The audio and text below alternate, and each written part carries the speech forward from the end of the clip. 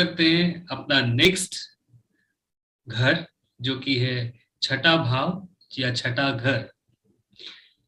पिछले चैप्टर में हम बात कर रहे थे कि पहला, पांचवा और नौवां घर त्रिकोण स्थान होते हैं और बहुत ही ज्यादा शुभ होते हैं।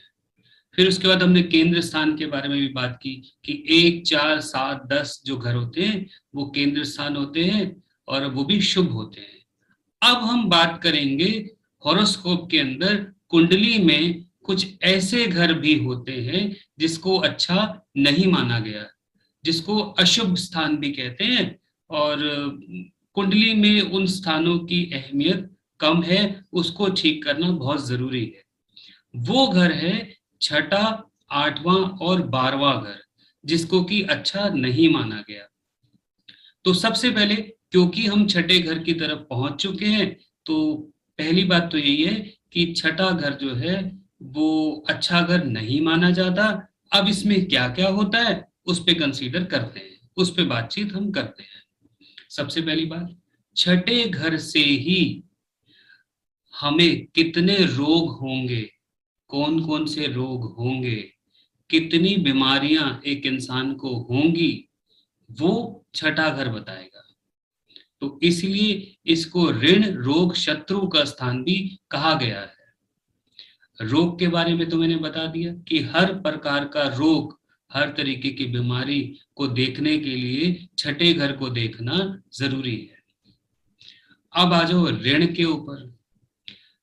कर्जा जब किसी इंसान को हो जाता है, पैसों का लेन देन उसका कैसा रहेगा, बैंक से लोन मिलेगा या नहीं मिलेगा, या आपने किसी से कर्जा लिया है तो क्या आप उसको उतार पाएंगे या नहीं उतार पाएंगे, क्या कोई इंसान जिंदगी भर कर्जे में ही डूबा रहेगा, ये सारी कहानी छठे हाउस से पता चलती है। तो रोग हो गया, ऋण हो गया, और तीसरा है शत्रु।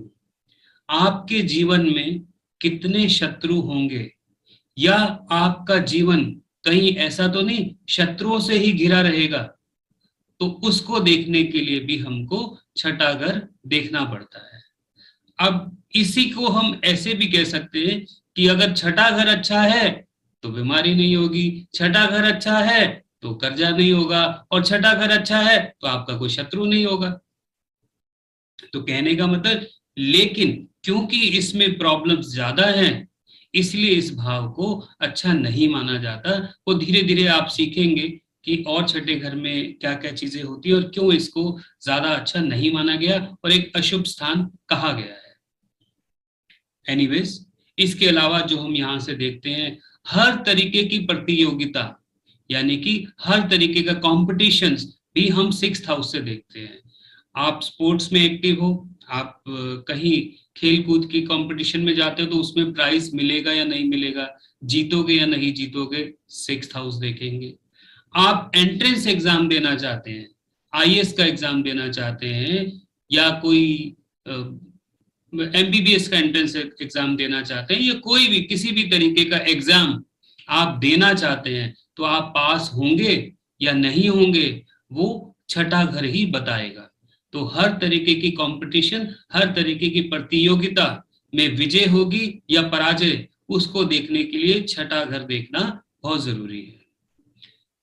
इसके अलावा पनिशमेंट, सजा, क्योंकि जैसे मैं बोल रहा हूं छठा घर अच्छा नहीं माना जाता, तो सजा के लिए, पनिशमेंट के लिए भी छठे घर को माना गया है कि किसी इंसान को कितनी पनिशमेंट मिलेगी, मिलेगी या नहीं मिलेगी, उसके लिए भी छठे घर को देखना जरूरी है।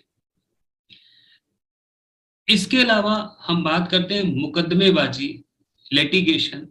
कोर्ट कचहरी के अंदर आपके मुकदमे होंगे या नहीं होंगे, आपकी जिंदगी कोर्ट कचहरी में जाएगी या नहीं जाएगी, आप मुकदमा जीतेंगे या हारेंगे, उसके लिए भी छठे घर को देखना बहुत ज्यादा जरूरी है।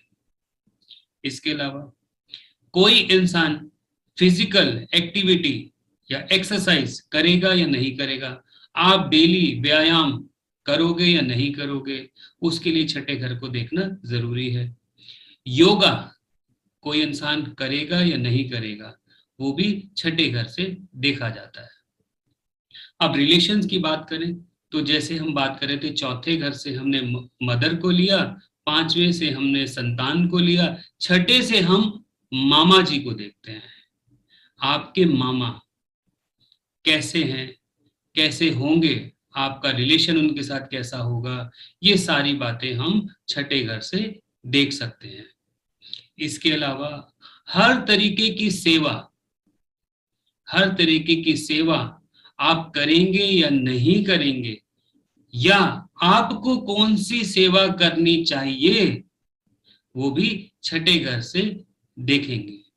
इसीलिए जब कभी हम आपने देखा कुछ लोग हमारे पास आते हैं एस्ट्रोलॉजी के लिए बात करने के लिए, और हमें ऐसा लगता है क्योंकि सेवा करने से बहुत सारी चीजें ठीक होती हैं, तो सबसे पहले मैं सिक्स्थ हाउस को देख के ये भी बताने की कोशिश करता हूँ कि आप इस चीज की सेवा करो। जैसे आप लोगों को पानी पिलाओ, आप आश्रम में जाके सेवा करो, या आपको इस तरीके के लोगों की सेवा करनी चाहिए, आपको ये दान देना चाहिए। तो वो जो सेवा है, सेवा का हमारी जिंदगी में बहुत ज्यादा इंपॉर्टेंट रोल है। सेवा करने से भगवान बहुत खुश होते हैं।